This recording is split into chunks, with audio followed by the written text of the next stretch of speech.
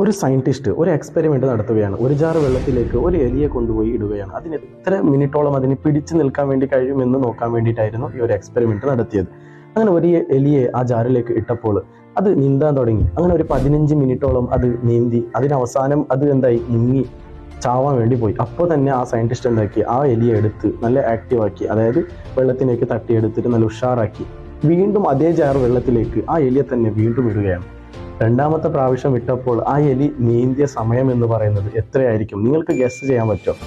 ഒരു 30 മിനിറ്റ്, 2 മണിക്കൂർ, അല്ലെങ്കിൽ ഒരു 5 മണിക്കൂർ?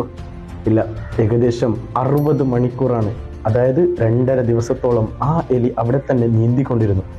കാരണം എന്ത്? ആ എലിക്കൊരു വിശ്വാസമുണ്ട്, ഒരാൾ എന്നെ രക്ഷിക്കാൻ വേണ്ടി വരുമെന്നുള്ള ആ ഒരു വിശ്വാസമുണ്ടായിരുന്നു.